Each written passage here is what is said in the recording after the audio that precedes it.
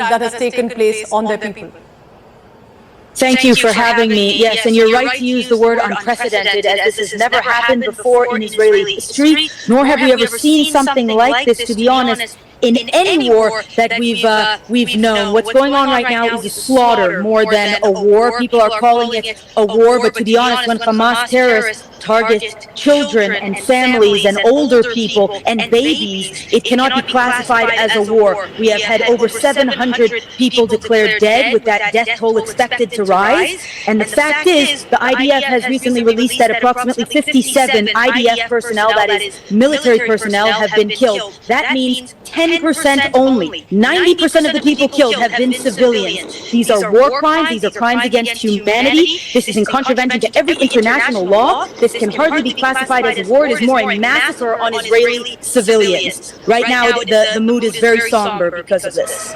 I completely understand. One can only imagine, and specifically for those who are missing, those who have been confirmed to have been kidnapped. Lauren, please stay on with me, because I want to go across to Lebanon as well. And joining me from Beirut is journalist Edmund Bauer for the latest on that. Because, Edmund, this is not just about Israel, Palestine or Hamas anymore. This appears to be the world also getting polarized. There are speculations, right, if Lebanon or the Hezbollah could possibly be helping the Hamas extremists as well. What is happening in Lebanon? What do you hear around you is currently taking place?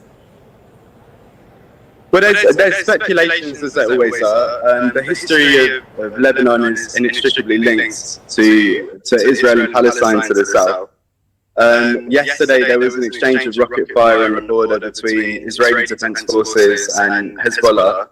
And yeah, clearly there's some concern in the rest of the country that war could spill over. People remember the war of 2006. They remember the civil war of the 1980s.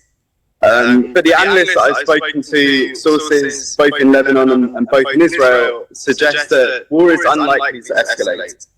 Hezbollah have a long-standing partnership with Hamas and have given their support to the campaign in Israel. But it's unlikely that they're going to follow suit with an invasion of their own, or raid of their own. What we saw yesterday, more likely than not, was a token gesture by Hezbollah, which was responded to with a token gesture by the Israeli Defense Forces.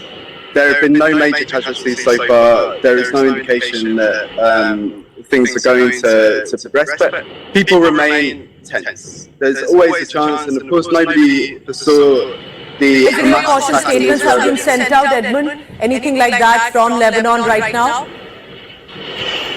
I think people are waiting and watching more than anything. There is no indication right now that things are going to escalate. That could change.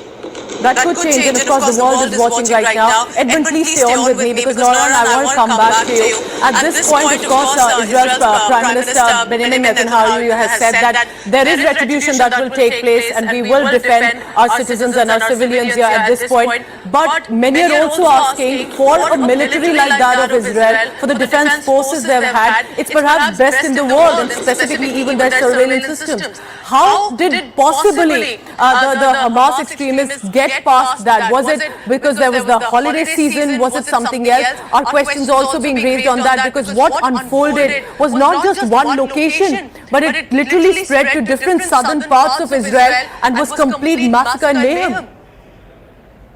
Yes, that is the question that everybody is asking, and that everybody is frustrated with the fact that we do not have an answer to that question right now. But we're looking at, way down the road, before we have an investigation and before we understand the complexities of the logistics, and if there were mistakes made or if we were just caught by surprise.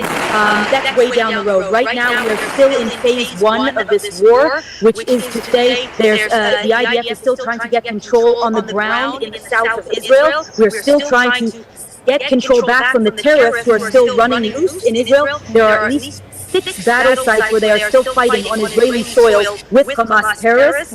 Stage 2, of course, will be involving trying to free the hostages and get all the people who were kidnapped back from Gaza. Stage 3, they're talking about the assault against Gaza, a full-on offensive strike in order to dismantle Gaza's ability to function, Hamas's ability to govern at all. Of course, stage 3 might be spilling over into stage 1, as we saw 500 airstrikes last night into Gaza. But the question of how this all happened will not be answered for weeks, probably months. It is going to be a long road.